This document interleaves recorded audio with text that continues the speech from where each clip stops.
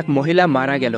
অপর এক মহিলা তাকে গোসল দিতে লাগলো। গোসল দেওয়ার সময় তার হাত যখন মৃত মহিলার উরু থেকে পৌঁছালো, তখন তার আশেপাশে থাকা কয়েকজন মহিলাকে তিনি বললেন, তোমরা কি জানো এই যে মহিলাটি মারা গেছে সে কিন্তু অন্য পুরুষদের সাথে ব্যভিচারে লিপ্ত ছিল।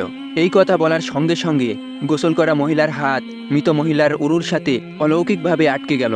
শত চেষ্টার পরেও হাত উরু থেকে আলাদা করা গেল না। এভাবে কেটে গেল ৩ রাত ৩ দিন। এই মহা সমস্যা দূর করার জন্য ইমাম মালিককে ডেকে নিয়ে আসা হলো। তিনি গোসল প্রদানকারী মহিলাকে জিজ্ঞেস করলেন, তুমি যে মৃত ব্যক্তির নামে মিথ্যা অপবাদ দিয়েছ, এই বিষয়ে কি 4 জন সাক্ষী দেখাতে পারবে? তিনি বললেন, না। ইমাম মালিক বললেন, এই কুরআনুল কারিমের বিধান অনুযায়ী মৃত ব্যক্তিকে মিথ্যা অপবাদ দেওয়ার কারণে এই গোসল প্রদানকারী মহিলাকে ৮০টি বেতের বাড়ি দেওয়া হোক, তাকে ৮০টি বেতের আঘাত করা হোক। এই কথা বলার সঙ্গে সঙ্গে মৃত মহিলার উরু থেকে তার হাত সরে গেল। আল্লাহ আমাদের সকলকে এভাবে মানুষের উপরে মিথ্যা অপবাদ দেওয়া থেকে হেফাজত করুক। আমিন।